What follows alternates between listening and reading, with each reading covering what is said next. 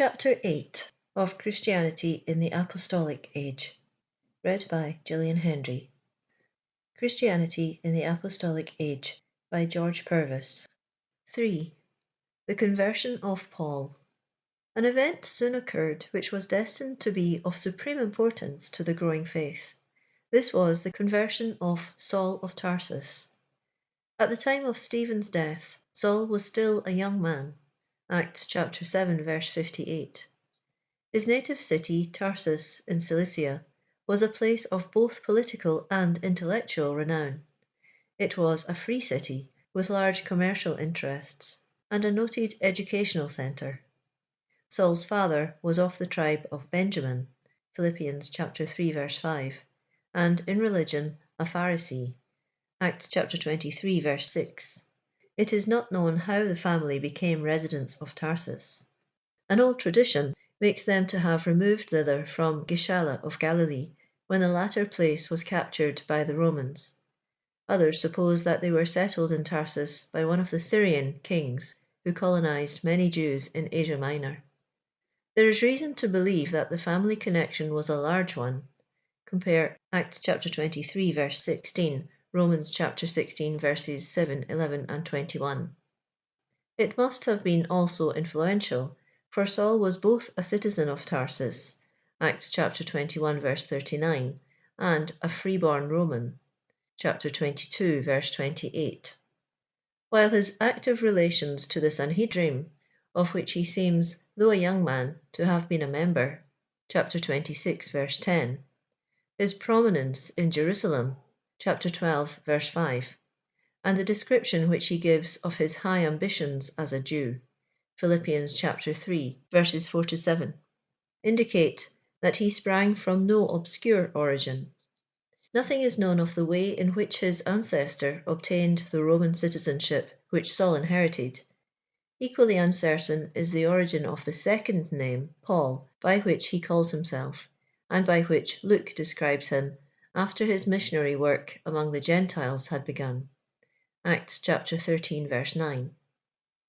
Some have supposed that he assumed it after he became a Christian, and various explanations of its meaning have been given. But it is more probable that, like many other Jews, Acts chapter 1 verse 23, chapter 15 verse 37, he had from the beginning both names. If so, Paulus may point to some connection of his ancestors with the Roman family of the Pauli.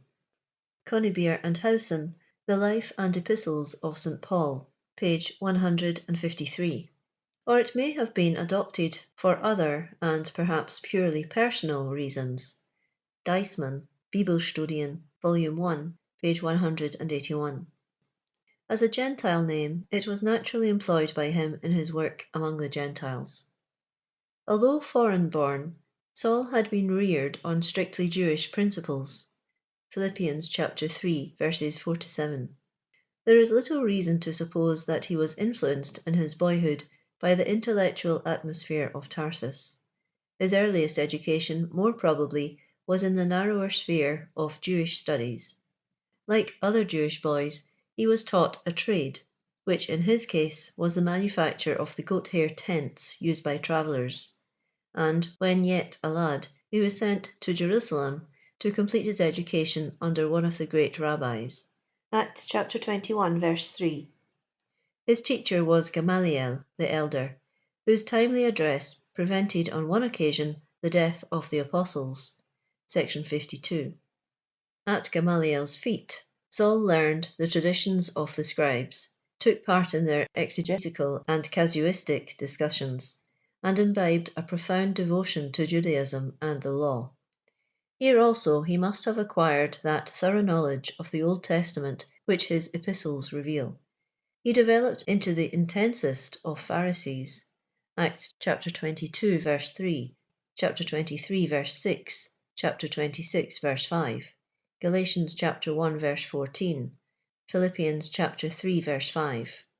And while his style of argumentation after he became a Christian is wholly devoid of the merely verbal subtleties and trivial discussions which characterized rabbinism, yet all the presuppositions of his thought remained Hebrew to the end, and prove that his mind in its formative period had been saturated with Jewish belief.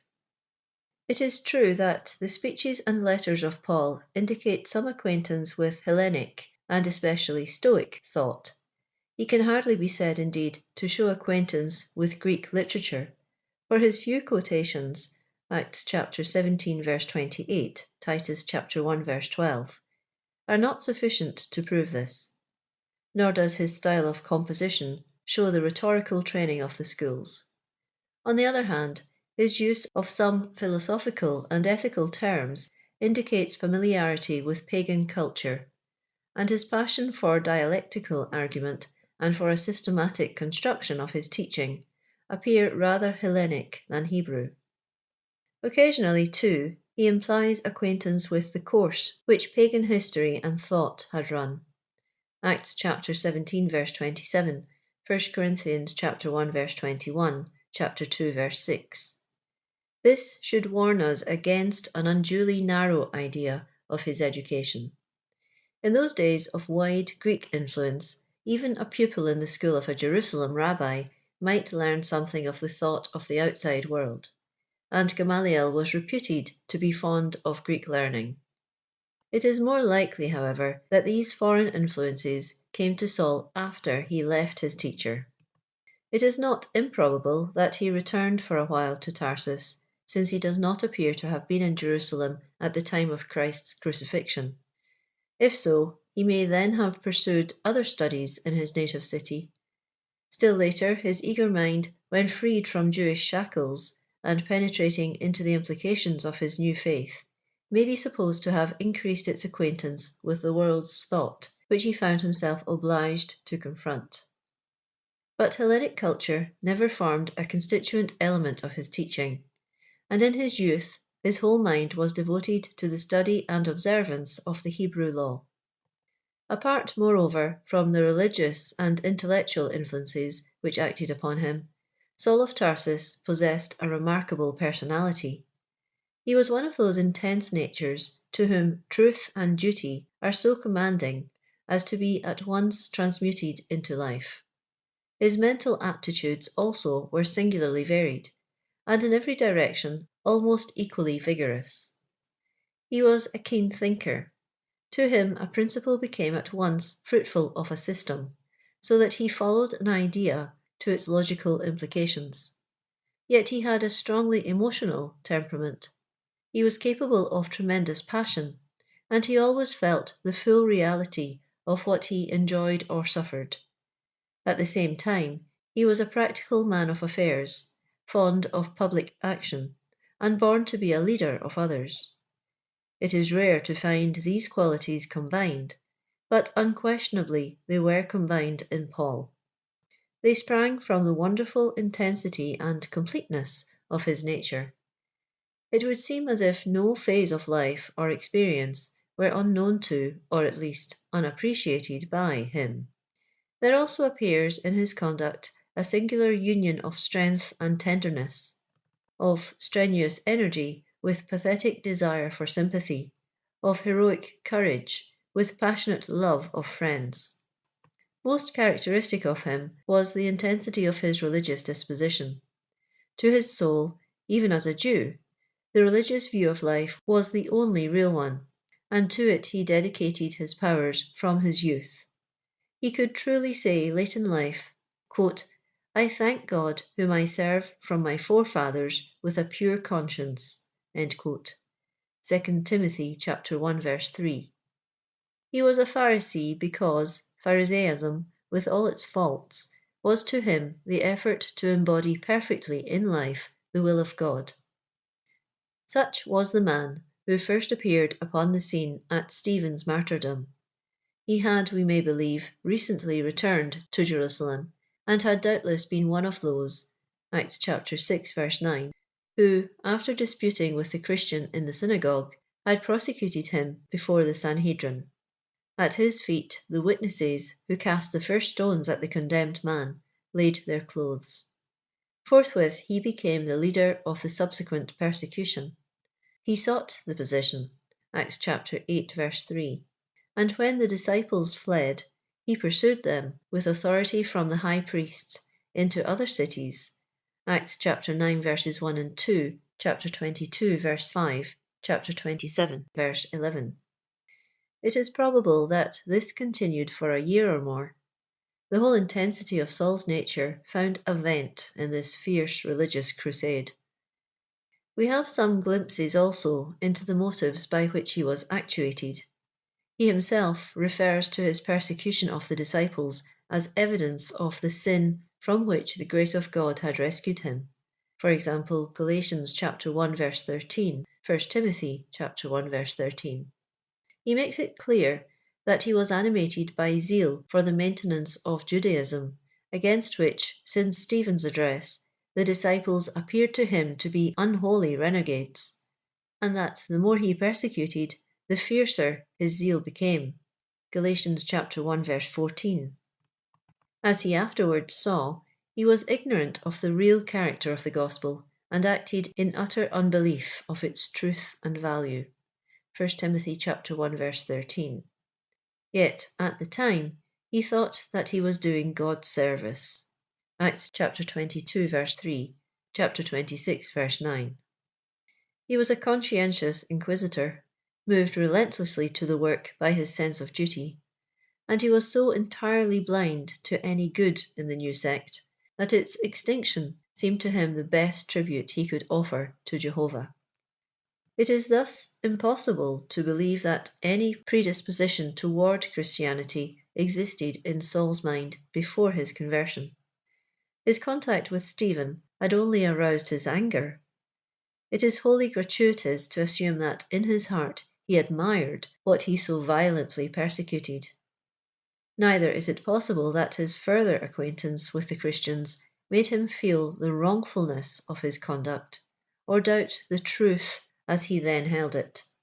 Such a supposition is directly opposed to his own testimony. Galatians chapter 1 verses 13 and 14. He acted in undoubting unbelief. 1 Timothy chapter 1 verse 13. To him, Jesus was an impostor whose messianic claims were blasphemous, and against whom duty compelled him to wage relentless war. Acts chapter 26 verse 9. It has indeed been alleged that the words which he reports Jesus to have used at his conversion, quote, "It is hard for thee to kick against the goad," end quote, Acts chapter 26 verse 14, Revised Version, indicate that he had been forcing himself to persecute against his conscience and better convictions. But this interpretation agrees neither, as we have seen, with Paul's own statements, nor with the natural meaning of the metaphor. The goad rather represents the purpose of God, external to Paul, which was really leading to a service the very opposite of what he wished. There is no reason to doubt that, so far as his conscious intentions went, the persecutor did not question the rightfulness of his course, nor lessen his zeal in it. At the same time, there is reason to believe that the young Pharisee, with his deeply religious nature, had not found peace in Judaism. This seems to be implied in the reminiscence which he has given of the disastrous effect upon an awakened conscience of the realization of the full demands of God's law. Romans chapter 7, verses 9 to 11. In the following verses, 13 to 25, he gives a further analysis of the nature and hopelessness of this bondage to sin in which the awakened conscience finds itself. But that analysis is evidently presented in the light in which the experience afterward appeared to him as he looked back upon it, and he cannot be supposed to have realized at the time the full truth as he came to see it. But the previous verses do describe an experience when he was under the law, in which he was led to perceive its deep import, and that it bore upon the very least of his moral desires, so that before its august and penetrating judgment, he felt himself a dead man. If we accept this key to his spiritual history, we can hardly doubt that Saul had felt already that the paramount necessity for him was to secure for himself the perfect satisfaction of the law. He saw already that peace could only come through the possession of a righteousness which would meet the claims of a law whose universal scope he painfully perceived. Such a man could not have been satisfied with the performance of a ritual. We may believe that he had known profound unrest as he faced the real verdict of the law against himself. But this only drove him, as it has many others, to greater efforts to obey, and his persecution of the Nazarenes may be partly explained as due to his intense desire to establish the law and fulfill his own part toward it. So far, however, as his conscious purposes were concerned, there was only antagonism towards Jesus and his disciples. Yet this man, while on his persecuting mission, was suddenly converted. 3 accounts of the event are given in the Acts, one by Luke, chapter 9, verses 3 to 18, and 2 by Paul himself, chapter 22, verses 6 to 16, chapter 26, verses 12 to 18. Each account is controlled by the immediate purpose of the narrator. Luke, with a purely historical motive, briefly relates the event itself. Paul's first account, because defending himself before the Jews, emphasizes the part which the devout Jew Ananias had in the transaction. When addressing Agrippa, on the other hand, he does not mention Ananias, and condenses the Lord's subsequent commands into one statement. Such variations are natural, and even assure us of the veracity of the reports. Other minor variations in the accounts, compare chapter 9 verse 7 with chapter 26 verse 14 and chapter 22 verse 9, are explainable by the supposition that at first all the company fell upon the ground, but that Saul alone remained prostrate, and that while his companions heard the voice, he alone understood the words which were spoken to him. We learn then that when near Damascus, whither he was going to arrest by the high priest's authority the followers of Jesus, suddenly and at noon a bright light from heaven flashed around him and his companions. So overwhelming was its brilliance that they all fell upon the ground, and the man of Tarsus heard in Hebrew the words, "Saul, Saul, why persecutest thou me? It is hard for thee to kick against the goad." To his question, "Who art thou, Lord?" the reply was, "I am Jesus, the Nazarene, whom thou persecutest." Utterly crushed by this revelation of the heavenly nature of the one he had despised, Saul asked, "What shall I do, Lord?" The answer was, "Arise and go into Damascus, and it shall be told thee what thou must do." Meanwhile his companions had risen and were standing in amazement. When Paul arose, he was found to be blind, and was led by the hand into the city. There he continued 3 days in fasting and prayer in the house of a certain Judas. On the 3rd day, a Jewish disciple, Ananias, who had received directions from the Lord, went to him, and in Christ's name declared the forgiveness of his sins. Chapter 22, verse 16. That he had been chosen as a messenger of Messiah, and that he might receive with baptism the gift of the Spirit. Thereupon his sight was restored, and he was baptized. These brief reports evidently imply more than they actually record. None of them affirm that Saul saw Jesus, but they clearly mean that he did. For not only did Ananias speak of Jesus as having appeared to him, chapter 9, verse 17, in order that he should see that just one, chapter 22, verse 14. But afterwards Barnabas affirmed, quote, how he had seen the Lord in the way, end quote, chapter 9, verse 27. And Paul himself declared that he was a witness of what he had seen, chapter 26, verse 16. We are not dependent, however, on the Acts. Paul refers to the event in his epistles. He describes his conversion as a work solely of divine power and favour, whereby he was transformed into the opposite of what he had been before. 1 Corinthians chapter 9 verse 17, chapter 15 verse 10, Galatians chapter 1 verse 15, Ephesians chapter 3 verse 7, 1 Timothy chapter 1 verses 12, 13 and 16, 2 Timothy chapter 1 verse 11. He declares that he had seen the risen Jesus and had thus been qualified for apostleship.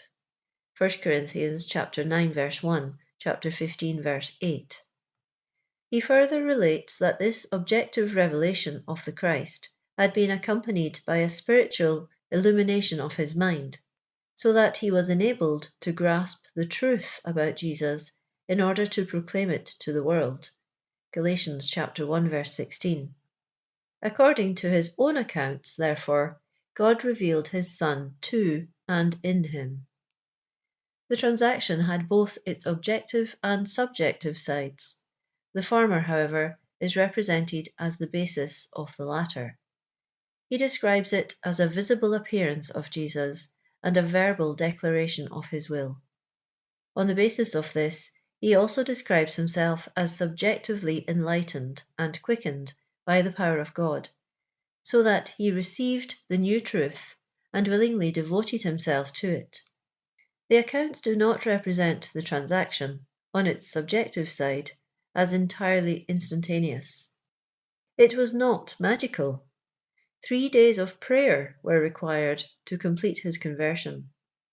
But the objective revelation is represented by the apostle himself as unheralded and peremptory, and he always ascribes the change wrought in him to the sovereign and gracious exercise of divine power. Saul's conversion, then, must be regarded as occasioned by a supernatural revelation of Jesus to him. The transaction partook partly of the character of a spiritual vision. The figure of Jesus was not seen by Paul's companions, nor were the words understood, and we cannot say in such an event how much his physical organs were reinforced by the awakened perceptions of the soul. Yet the light was seen and the sound was heard by all, while the effects of the manifestation on Saul himself were physical as well as spiritual. The manifestation of Jesus was thus objectively real. That we are not dealing with a legend is proved by Paul's own testimony to it. It is equally impossible to explain it as an illusion of his mind. There was in him, as we have seen, no predisposition toward Christianity, but resolute and reasoned antagonism up to the very moment of the experience. Hence, no psychological basis existed for the creation of an illusion. Yet the experience suddenly and entirely changed his belief and life, and his whole subsequent career attests the absolute certitude which it produced in him. A fair interpretation of the whole evidence compels us to accept the explanation of the event which Paul himself has given. It is sometimes said, indeed, that Paul was a mystic and predisposed to ecstatic experiences. It is pointed out that he claims to have had frequently visions and revelations. For example, 1 Thessalonians chapter 4 verse 15, Galatians chapter 2 verse 2, 2 Corinthians chapter 12 verses 1 and 7.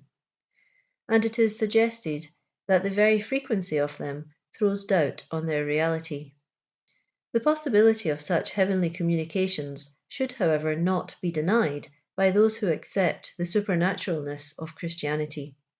The only question is whether these visions and revelations commend themselves by their intrinsic character and the rationality of the one who claims to have received them. With respect to this, it should be noted that they are treated with marked reserve by Paul. Allusion is made to them only when on special occasions it was necessary for the sake of others.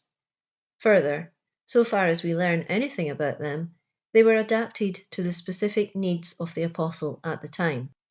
They were not unregulated ecstasies, but were limited to such communications as his historical situation required. And finally, they appear in Paul's life in entire subordination to the rational attainment and presentation of truth. While he occasionally appealed to them, they did not supplant his intellectual life, nor the vigour of his argumentation. To this it may be added that Luke makes Paul describe the appearance of Christ to him by a term, Acts chapter 26, verse 19, quote, spectacle, end quote, which the historian elsewhere applies to supernatural manifestations seen by persons in their ordinary state of mind. Luke chapter 1, verse 22, chapter 24, verse 23. Whereas he commonly uses another phrase for visions seen either in sleep or ecstasy. Acts chapter 9, verses 10 and 12, chapter 10, verse 3, chapter 11, verse 5, chapter 12, verse 9, and so on. Whether, therefore, we consider the Apostle's own descriptions of his religious experiences, or his historian's report of the conversion, the manifestation of Jesus to Paul must still be accepted as an objective and supernatural fact. But how much of Christianity did Paul possess as the immediate result of his conversion? How are we to conceive his state of mind when he was thus transformed? He himself describes his knowledge of the gospel as due to revelation by Jesus. Galatians chapter 1, verses 12, 15, and 16. He represents himself as an independent witness and apostle. This implies that through the experience of conversion, as well as through subsequent revelations, he came into the possession of Christian truth. It is true that the cooperation of other agencies was not excluded. He brought to his new life a rich acquaintance with the Old Testament, which, as with the older disciples, was forthwith illumined by his new faith in Jesus. He brought also certain theological ideas, including not only monotheism, but belief in salvation as consisting in the possession of righteousness before God, as well as the doctrines of propitiation by sacrifice, of a future judgment, a resurrection of the body, and a messianic kingdom of glory. These ideas constituted the moulds in which his new faith would still run, and to which it would naturally adjust itself. Nor are we to suppose that he sought from older Christians no information about Jesus and his teaching. Certainly he was afterwards well acquainted with the current evangelical narrative. For example, 1 Thessalonians chapter 5, verse 1, 1 Corinthians chapter 7, verse 10, chapter 9, verse 14, chapter 11, verses 23 to 25, chapter 15, verse 3, and so on, 2 Corinthians chapter 5, verse 21, chapter 8, verse 9, chapter 10, verse 1, Romans chapter 12, verses 17 and 20, chapter 15, verse 3, Philippians chapter 2, verses 7 and 8, 1 Timothy chapter 6, verse 13. At the same time, it is clear from his own expressions that his equipment as a teacher of Christianity was gained mainly from his wondrous experience and spiritual illumination. These were of such a marked character, and Paul himself was such an intense and independent man, that his apprehension of the faith was from the beginning controlled by the way in which he had been led to it. Did he then at once realize all that afterwards he taught? Extreme views have been held on both sides of this question, and probably the truth lies between them. On the one hand, his epistles reveal a mind which steadily advanced in the statement of doctrine in accordance with the needs of his readers, and apparently with an impulse of his own mind toward completeness of teaching. This makes it natural to suppose that in the earlier period, from which we have no products of his pen, a similar progress took place. On the other hand, the fundamental points of his belief appear fully established in his earliest epistles, and never changed. In Galatians, chapter 1, verse 16, chapter 2, verses 2 and 14 to 21, he speaks of his gospel as that which he had proclaimed from the beginning.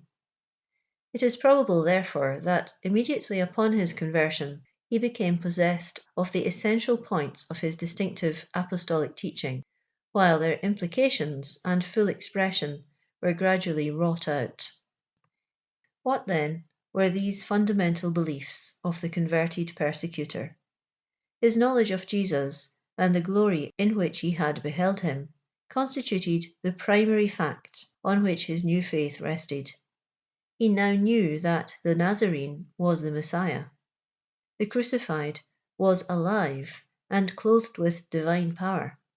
And Paul always considered this to be proof of the resurrection to which the older apostles testified. 1 Corinthians chapter 15, verses 3 to 8. He also now knew Jesus to be a superhuman and heavenly being, God's messenger and representative. This is expressed by the title Son of God, which he at once applied to him. Acts chapter 9, verse 20, Galatians chapter 1, verse 16. Jesus was, quote, the Lord from heaven, end quote. 1 Corinthians chapter 15, verse 47.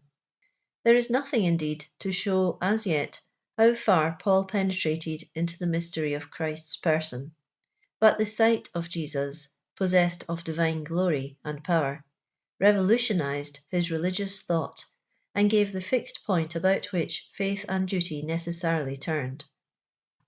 With this was joined the fact that he had been called into his new life by the pure favour of God in the very midst of his enmity against the Lord.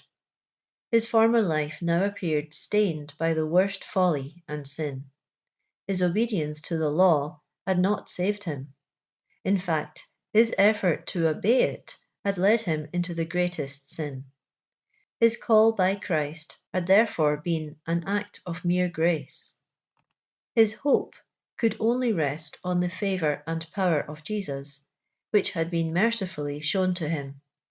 By this, the whole of his former conception of the way in which he was to obtain salvation was swept away.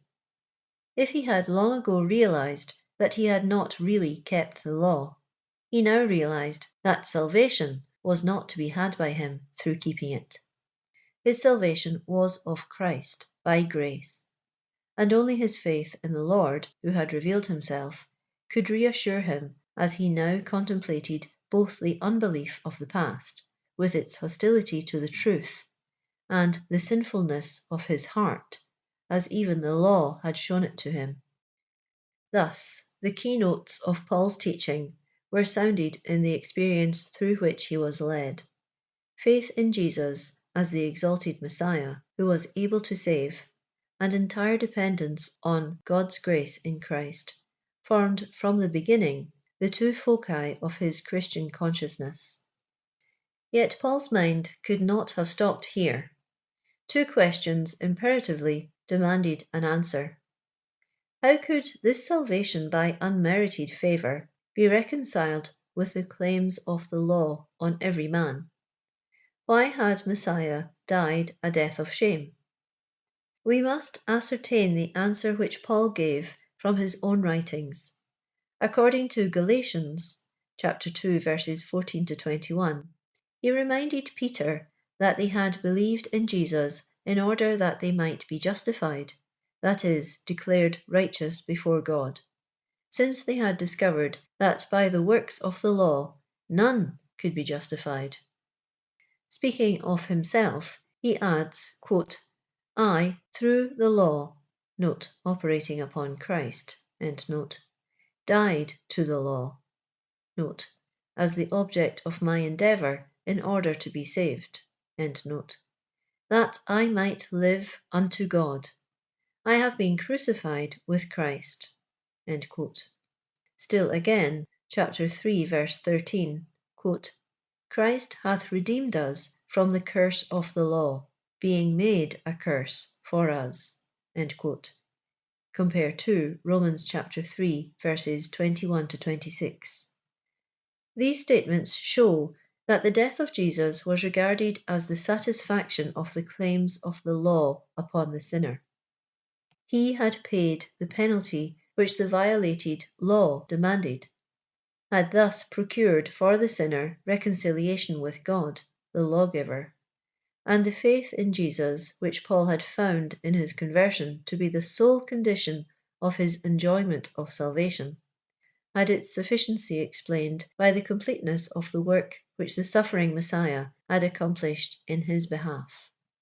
This truth must have been realized by Paul very early.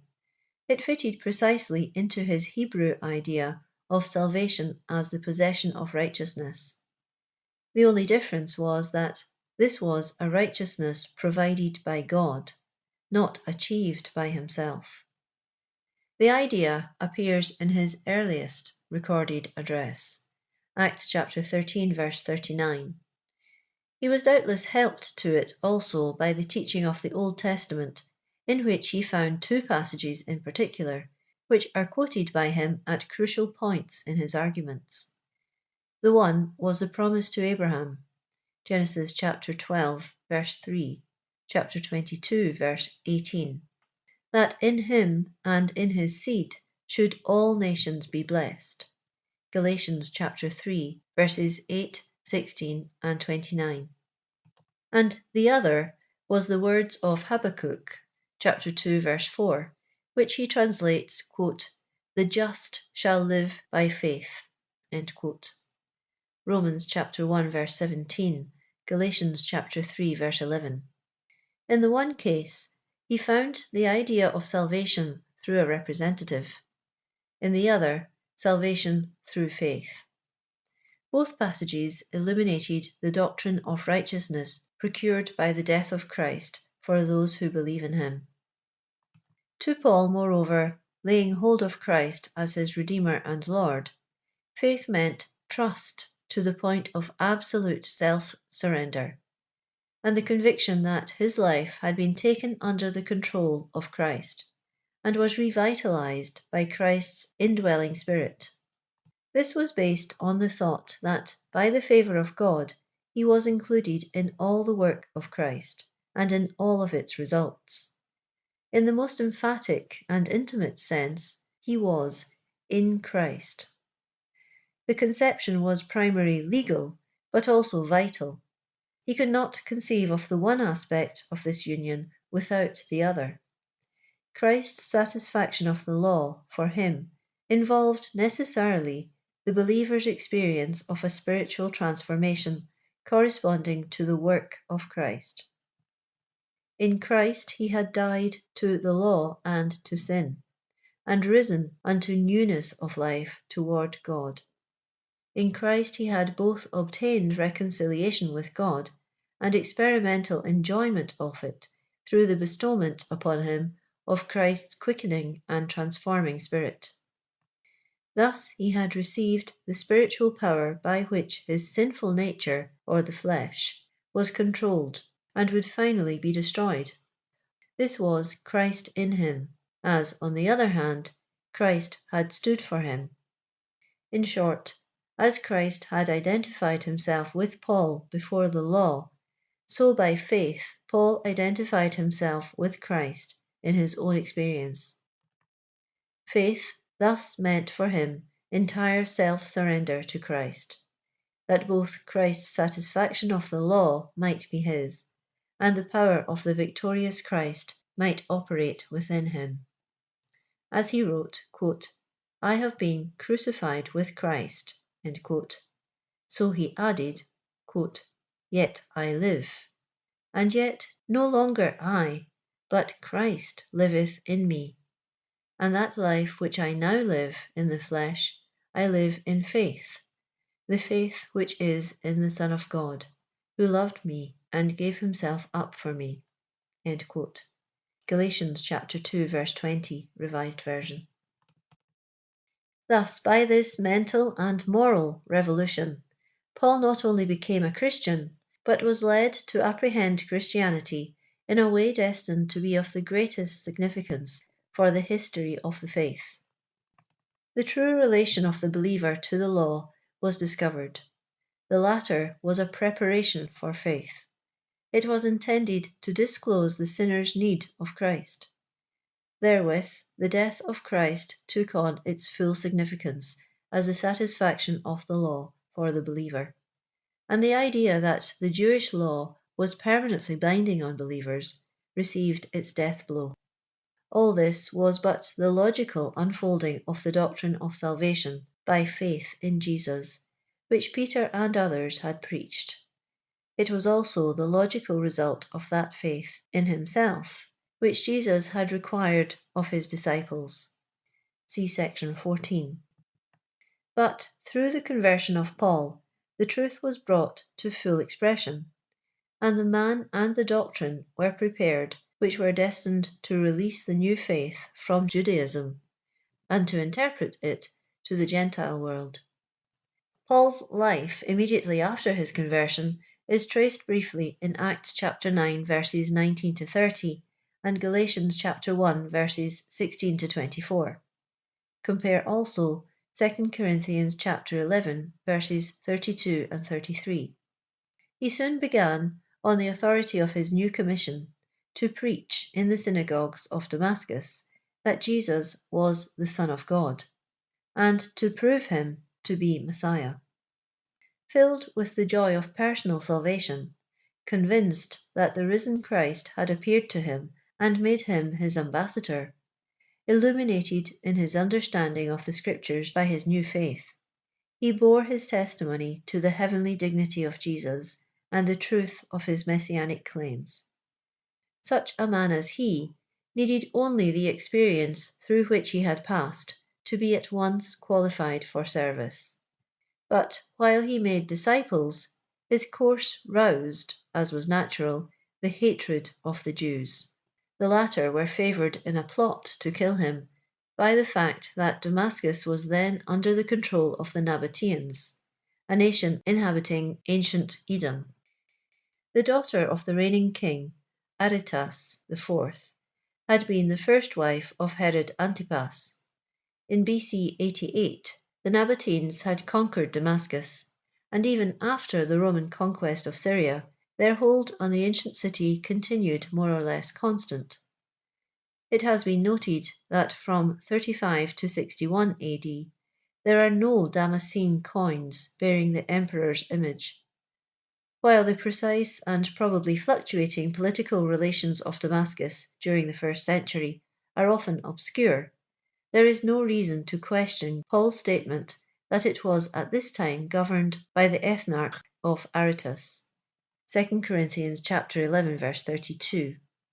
The relations of the Nabateans with the Jews had generally been friendly.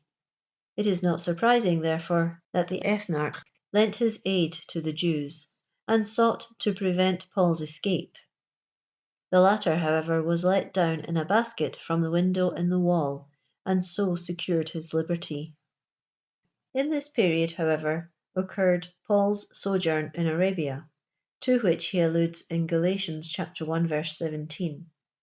It is not mentioned in Acts, doubtless because it was of no public importance.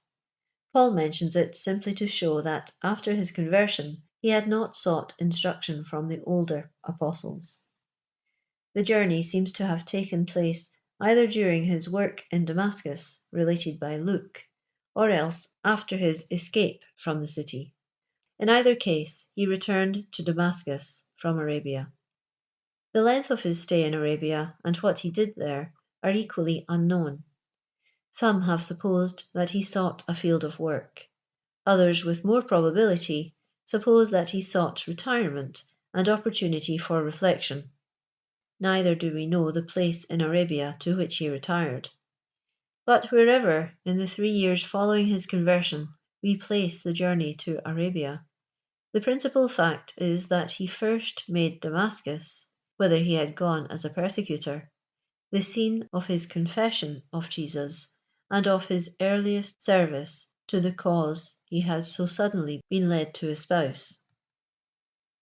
It was not till the 3rd year after his conversion that Paul returned to Jerusalem. Galatians chapter 1 verses 18 to 23, Acts chapter 9 verses 26 to 30.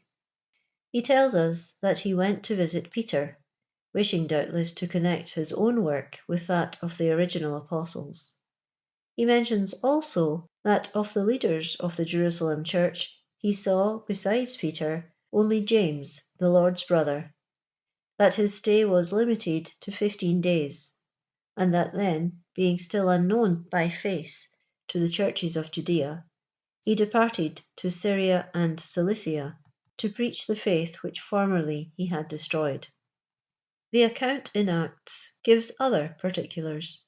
We there learn that the brethren in Jerusalem were afraid of him, but that Barnabas took him to the apostles and related the appearance of Jesus to him and his zeal as a preacher in Damascus. It is added that in Jerusalem he preached to his old friends, the Hellenistic Jews, but that, when they sought to slay him, the brethren brought him to Caesarea, and thence sent him to Tarsus. These accounts by Paul and Luke have been thought inharmonious, but they are capable of a natural adjustment when the points of view of the two writers are considered. The visit was brief, but not too brief to preclude an attempt to bear his witness before those with whom he had formerly blasphemed his master's name. His main purpose was to visit Peter, but that did not exclude his reception by other disciples in Jerusalem. Luke states that Barnabas took him to, quote, the apostles, end quote. But while this expression would, in the absence of other information, naturally suggest the whole body of apostles, or a considerable number of them, it is not incorrectly used if he was introduced to whatever representatives of that body happened to be in the city. Luke commonly restricts the term apostle to its narrower sense, but he applies it twice so as to include Barnabas. Chapter 14, verses 4 and 14. It may be, therefore, that in this instance he had in mind Peter and James, the Lord's brother, whom we know that Paul met. Or he may have intended merely to record the fact that Paul was introduced to the apostolic body, without regarding it as important whether one or several representatives of it were present. In like manner, Paul's statement that he was unknown by face to the churches of Judea is not inconsistent with Luke's statement that he preached to the Hellenists. Nor need the language mean that no disciple in Jerusalem except Peter and James knew him personally. Both accounts agree, finally, that from Jerusalem he went to Syria, Caesarea, and Cilicia, Tarsus. We infer, therefore, that the knowledge of his vocation had wakened in Paul's mind the desire for cooperation with the older leaders of the church. He makes it plain indeed in Galatians that he maintained his independent authority as an apostle of Christ, but this does not exclude the wish to work in harmony with others. The latter indeed is proved by Galatians chapter 2 verses 1 to 10 to have been his desire throughout his ministry. Nor need we suppose that his future mission was as yet entirely clear to Paul himself. During this visit to Jerusalem must be placed the vision which he had in the temple, Acts chapter 22 verses 17 to 21, in which he was directed, in spite of his wish to the contrary, to leave Jerusalem and go to the Gentiles. In coming to Jerusalem, therefore, he seems to have wished to take part with the older apostles in their work. The full significance of his commission, as stated in general terms by Ananias, had not become clear. Still less did he for a moment think of establishing a separate movement.